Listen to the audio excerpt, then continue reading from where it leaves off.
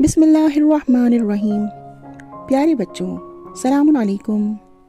آج ہم امام علی علیہ السلام کی زندگی کے بارے میں کچھ گفتگو کریں گے۔ امام علی علیہ السلام شیعوں کے پہلے امام ہیں۔ آپ کو امیر المومنین، حیدر اور ابو تراب بھی کہتے ہیں۔ آپ کے والد کا نام حضرت ابو طالب اور والدہ کا نام فاطمہ بنت اسد تھا۔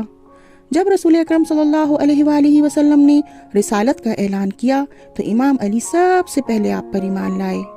اس وقت آپ کی عمر صرف 10 سال تھی۔ امام علی علیہ السلام پیغمبر اکرم صلی اللہ علیہ وآلہ وسلم کے سب سے بہترین بہادر سپاہی تھے۔ آپ زیادہ تر جنگوں میں رسول اکرم صلی اللہ علیہ وآلہ وسلم کی طرف سے لشکر کے کمانڈر تھے۔ جنگ بدر میں جہاں اسلام کے دشمن مسلمانوں کی تعداد سے 3 گنا تھے، وہیں امام علی علیہ السلام بہت بہادری کے ساتھ لڑے۔ جنگ احد میں رسول اکرم صلی اللہ علیہ وآلہ وسلم کے بہت سے سپاہی میدان چھوڑ کر بھاگ گئے، لیکن امام علی علیہ السلام نے رسول اکرم صلی اللہ علیہ وآلہ وسلم کو اکیلا نہیں چھوڑا۔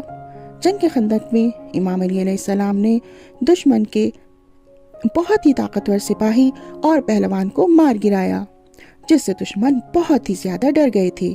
اسی طرح خیبر میں بھی امام علی علیہ السلام نے یہودیوں کے قلعے کے دروازے کو اکیلے ہی اکھاڑ پھینکا۔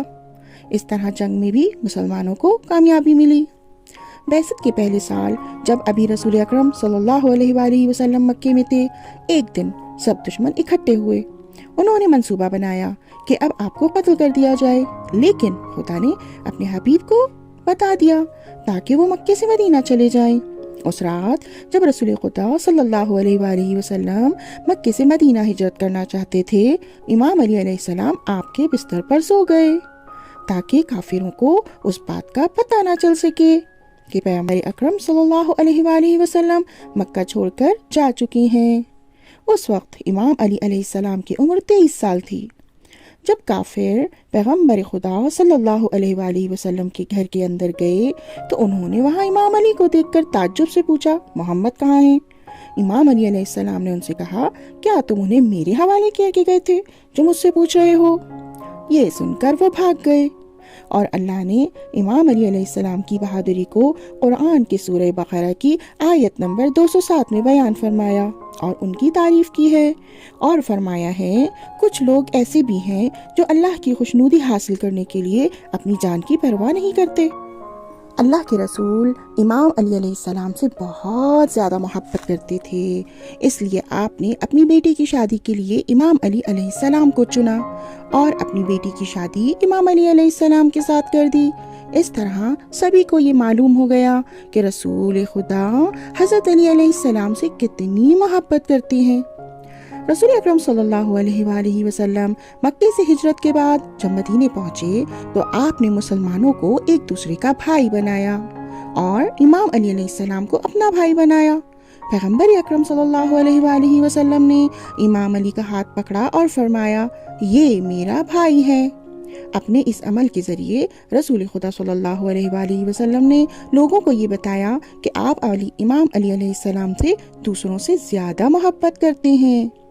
ہجرت کے 10ویں سال رسول اکرم صلی اللہ علیہ وآلہ وسلم حج کے لیے مکہ تشریف لے گئے، اور وہاں سے لوٹتے وقت اللہ کے نبی نے غدیر خم کی نام کی جگہ پر سارے حاجیوں کو جمع کیا، اور وہیں پر امام علی علیہ السلام کو اپنا جانشین اور خلیفہ بنایا۔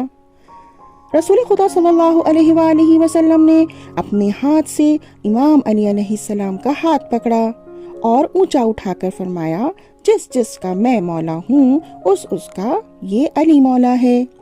جب پیغمبر اکرم صلی اللہ علیہ وآلہ وسلم کا خطبہ ختم ہوا تو سبھی لوگ ایک ایک کر کے امام علی علیہ السلام کی خدمت میں آئے اور انہیں مبارکباد پیش کی۔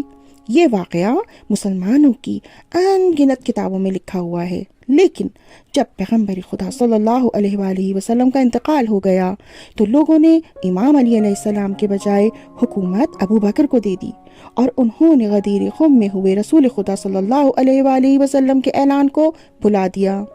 اس کے بعد خلافت عمر اور پھر عثمان تک پہنچی، اور عثمان کے مرنے کے بعد حکومت امام علی علیہ السلام کو ملی۔